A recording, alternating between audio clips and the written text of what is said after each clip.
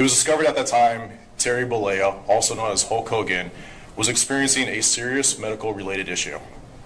Personnel provided medical treatment at that time and transported Mr. Bollea to Morton Plant Hospital, where he died at 11:17 a.m.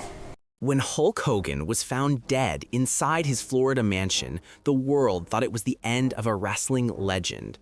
But what happened next stunned everyone. Behind the official report of a heart attack, investigators uncovered strange details that didn't add up. From a spotless gym to disabled security and even a secret hidden room, what the FBI found raised chilling questions no one expected. The morning that ended Hulkamania. On the morning of July 24, 2025, news broke from Clearwater, Florida, that professional wrestling icon Hulk Hogan, whose real name was Terry Gene Bollea, had been found unresponsive in his home. He was 71 years old. The first alert came through a frantic 911 call reporting cardiac arrest. Emergency responders rushed to Hogan's mansion and immediately began life-saving measures. Paramedics attempted to restart his heart, but every effort failed. At exactly 11:17 a.m., doctors at Morton Plant Hospital pronounced him dead. It was an ending that no fan had imagined for the man who had once symbolized power, resilience, and larger-than-life charisma. Initial reports moved quickly. The medical examiner later confirmed that the cause of death was an acute myocardial infarction, a heart attack that had stopped his heart abruptly. The ruling was classified as natural. To most people, this seemed like the logical conclusion. Hogan was in his 70s and his body had endured decades of punishment from professional wrestling. The toll of years spent slamming giants in the ring, traveling nonstop, and undergoing more than 24 surgeries had left him vulnerable. But there was more to the story than a simple heart failure. His medical history revealed layers that raised further questions. Hogan had been living with leukemia, a serious blood disorder, and atrial fibrillation, a condition where the heart beats irregularly. Both illnesses increased the risk of sudden cardiac arrest, and they painted a picture of a man quietly fighting battles beyond the public eye. Fans had seen him smiling in pictures, attending events, and appearing stronger than ever. But the reality was that his body carried scars, both visible and hidden. Even so, his sudden passing did not fit neatly into the narrative of natural decline. Hogan had been spotted training not long before his death.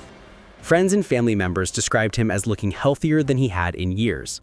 His wife, Sky Daly, often shared that he was dedicated to meditation, clean eating, and daily workouts. He seemed to have found a new balance in life, far removed from the chaos of his wrestling days. That made the abrupt end more difficult to accept. The police who first arrived at the mansion took note of more than Hogan's lifeless body. Something about the setting struck them as unusual. Because of these observations, and because Hogan was no ordinary man, they decided the case required a deeper look.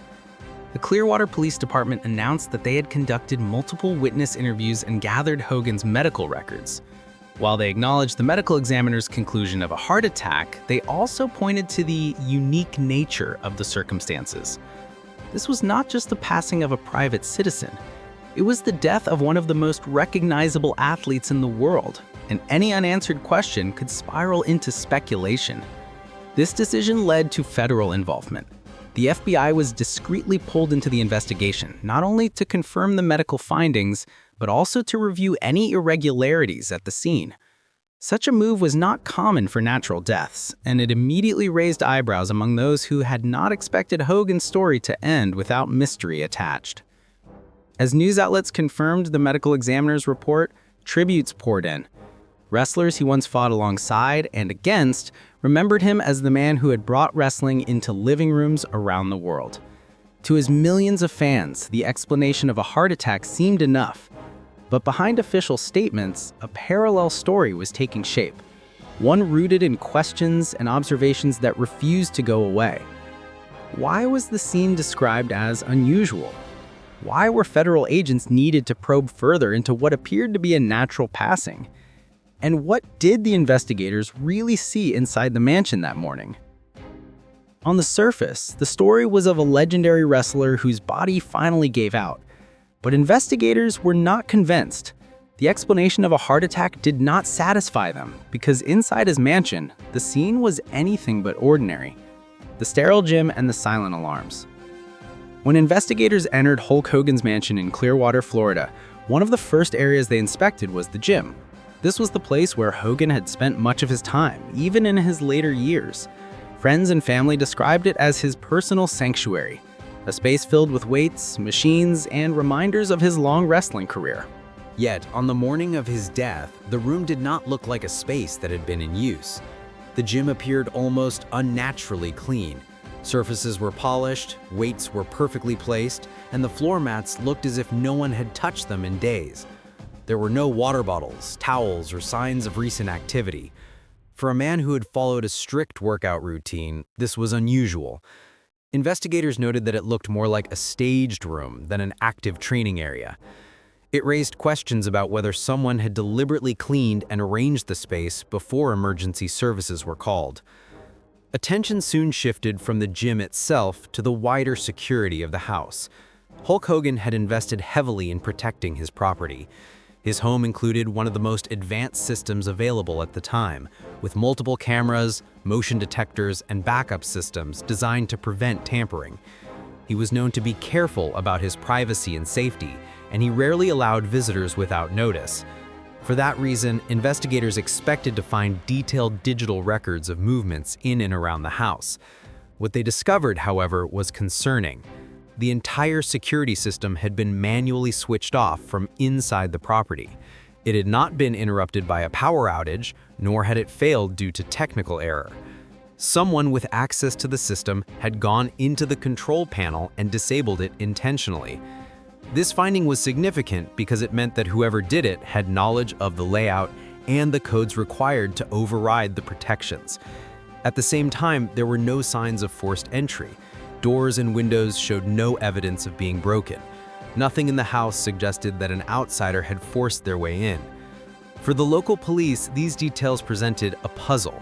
Either Hogan himself had turned off the security system for a reason that remained unclear, or someone with trusted access had done it. Given the circumstances, the case was quickly handed over to federal authorities.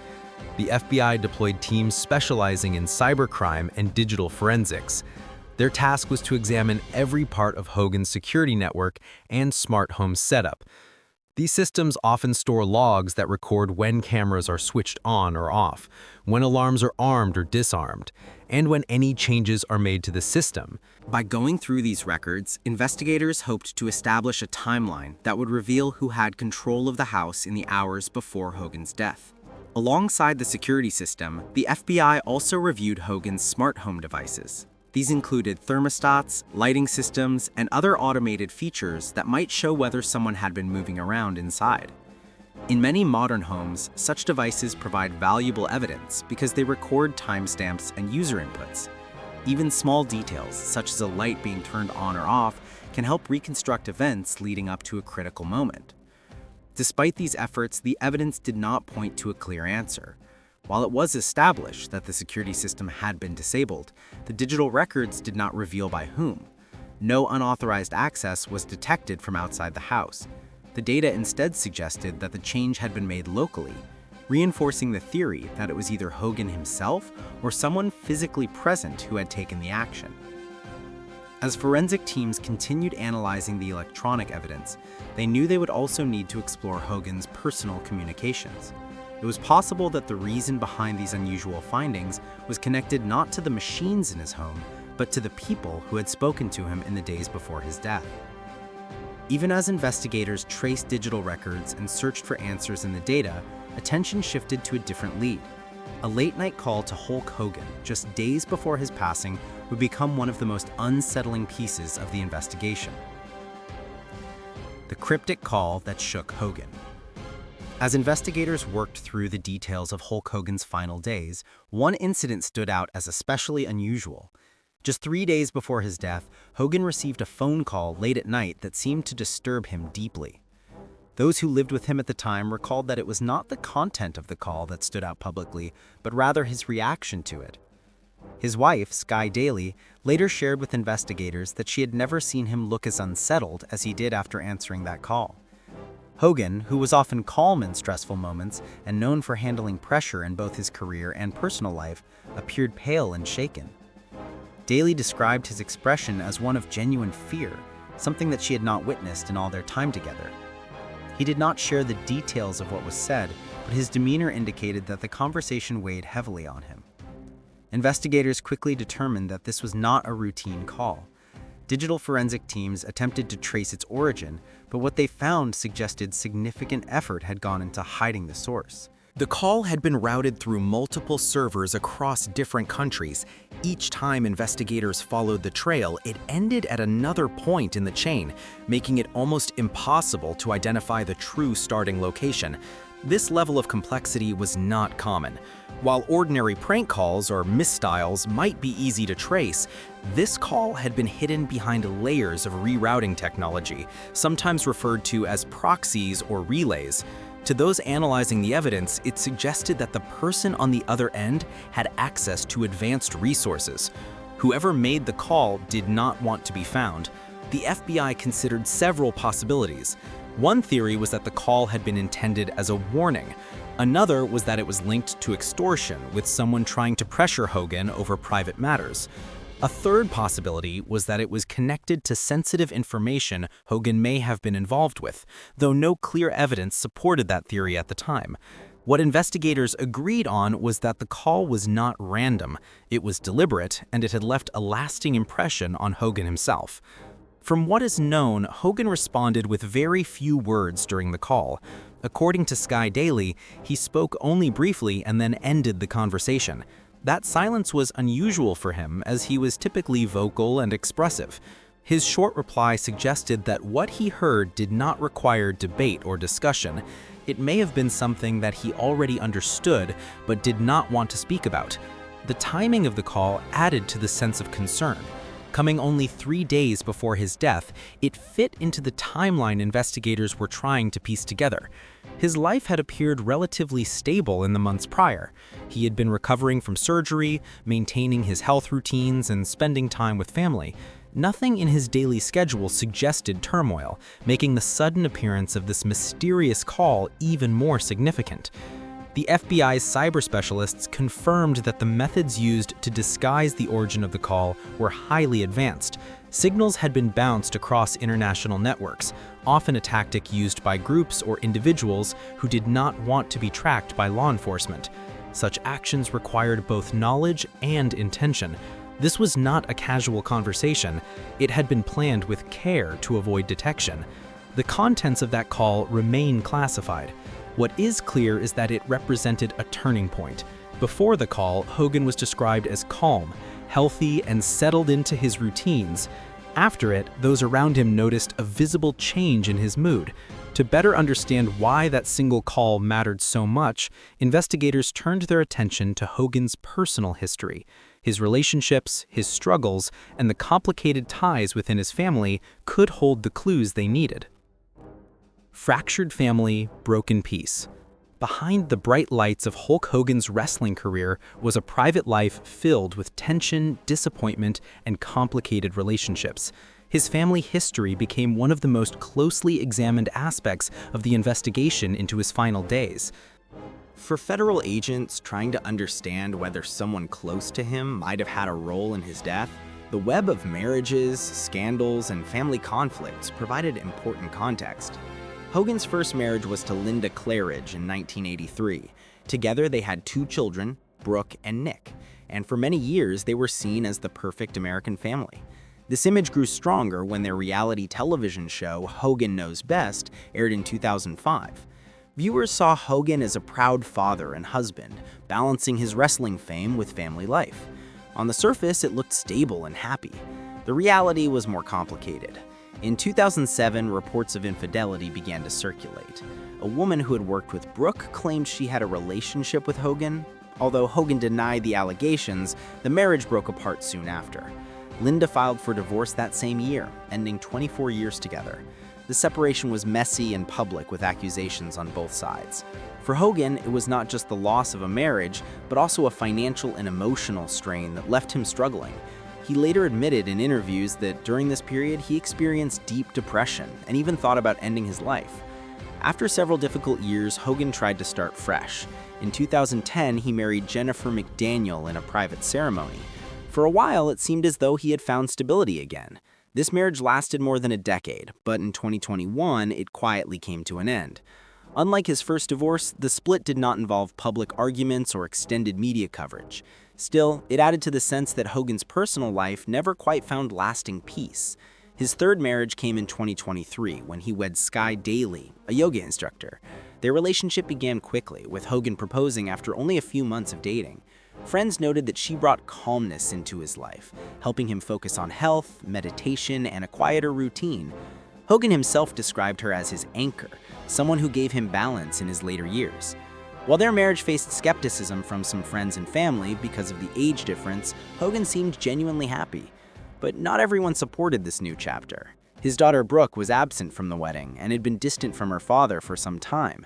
Their relationship had been strained for years, worsened by the public scandals that surrounded Hogan, including a highly publicized leaked tape. Brooke chose to step away from family events, and though she occasionally spoke respectfully about her father, their bond was clearly not what it once had been. The tension between father and daughter became even clearer after Hogan's death. Reports showed that Brooke had been removed from his will prior to his passing. Instead, Hogan's son Nick was named the sole heir to his estate, valued at nearly $5 million. The decision surprised many and raised questions about why Brooke was excluded entirely. Some saw it as a final reflection of their estrangement, while others wondered if it revealed deeper conflicts within the family. For investigators, the division between Brooke and the rest of the family could not be ignored. Inheritance disputes are often considered a possible source of motive in unexpected deaths. While no direct evidence pointed to foul play within the family, the fact that Hogan left one child completely out of his will while naming the other as sole beneficiary created suspicion.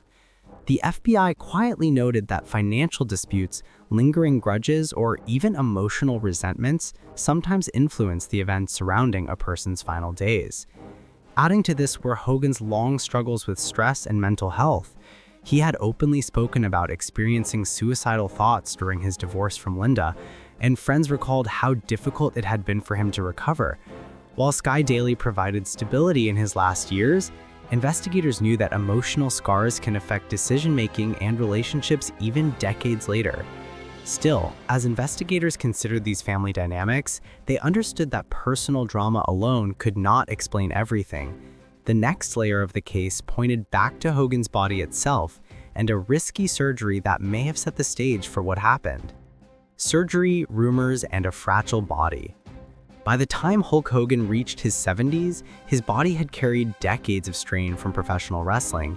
He had been one of the most physically demanding performers of his era, enduring countless matches that required heavy lifting, hard landings, and constant travel. Years of this lifestyle left him with injuries that required more than 24 surgical procedures, including operations on his back, hips, knees, and shoulders. Each surgery extended his ability to remain active, but also added new layers of risk to his long-term health. The most significant of these operations took place on May 14, 2025, when Hogan underwent a 4-level anterior cervical discectomy and fusion, known in medical terms as ACDF. This is a complicated procedure where surgeons remove damaged discs in the cervical spine and then fuse adjacent vertebrae to restore stability and relieve pressure on spinal nerves. For a younger patient, the recovery can already be demanding, but at Hogan's age, the surgery carried considerable risks. Medical experts often note that ACDF performed across multiple spinal levels can affect surrounding nerves and even impair breathing. One area of concern is the phrenic nerve, which controls the diaphragm. If this nerve is damaged during surgery, a patient can experience sudden respiratory failure. Some reports after Hogan's death suggested that his phrenic nerve may have been compromised during the operation, though this has never been officially confirmed. Following the surgery, rumors began to spread about his condition. A well-known radio personality, Bubba the Love Sponge, told his audience that Hogan was in critical shape and might not survive. The claim quickly circulated, leading fans to believe that Hogan's health had taken a severe downturn. His wife, Sky Daly, responded publicly, insisting that he was not in a coma, his heart was strong, and he was recovering well. She emphasized that while the surgery was serious, he had shown signs of improvement and was regaining strength. In the weeks after the operation, Hogan appeared determined to show progress. He was seen smiling in photos, meeting fans, and returning to his gym routine at home. Those closest to him, including his son Nick, described him as more focused than ever on maintaining his health. Yet the surgery had introduced new uncertainties, and medical specialists noted that complications from procedures like ACDF can appear suddenly, sometimes weeks or months later. This background became important after his death in July. The official report listed a heart attack as the cause, but investigators considered whether complications from the spinal surgery might have played a role. If his phrenic nerve had indeed been injured, it was possible that his breathing could have failed without warning, triggering cardiac arrest. Such a scenario would mean that Hogan's passing was connected not only to natural decline, but also to medical intervention. Still, while medical explanations were under review, investigators uncovered something unexpected during a second sweep of Hulk Hogan's mansion. Hidden away from plain sight, it was a discovery that had the potential to change the entire direction of the case. The secret room in the basement. During the second forensic sweep of Hulk Hogan's mansion, federal investigators reportedly uncovered something that immediately shifted the direction of their work. Hidden behind what appeared to be a plain wall in the basement was a concealed room. It had not been mentioned in property records and was not obvious to anyone moving through the house. The discovery suggested that either Hogan himself or someone with access to the home had gone to great lengths to keep this space private. Inside the room, agents found an unexpected level of organization. Files were stacked neatly, each labeled and arranged with precision. The material covered a range of subjects, including communications, financial records, and personal medical information. Some documents reportedly contained dates as recent as the day before Hogan's death. For investigators, this detail was important because it indicated that the room had been accessed very recently and possibly by Hogan himself. The contents raised immediate questions. Some of the files appeared to be straightforward, such as medical records and financial statements. Others, however, suggested a more complex purpose. A few folders included references to communications and contacts that did not match Hogan's public life. There were suggestions, though not confirmed, that certain files could have contained sensitive information that might be linked to pressure or blackmail. The FBI has remained careful about what it has disclosed. No official confirmation has been given about the specific contents of the room. Officials stated only that the investigation was ongoing and that no conclusion about foul play had been reached. Their silence, however, created room for speculation. Media outlets and online forums began to suggest that Hogan might have been involved in matters beyond his public image as a retired wrestler. For his family, the discovery left mixed feelings. On one side, they wanted clarity about what had happened and whether the contents of the room explained his unsettled behavior before he died. On the other, the idea of secret files and hidden spaces complicated their memories of a man they knew publicly and privately in different ways.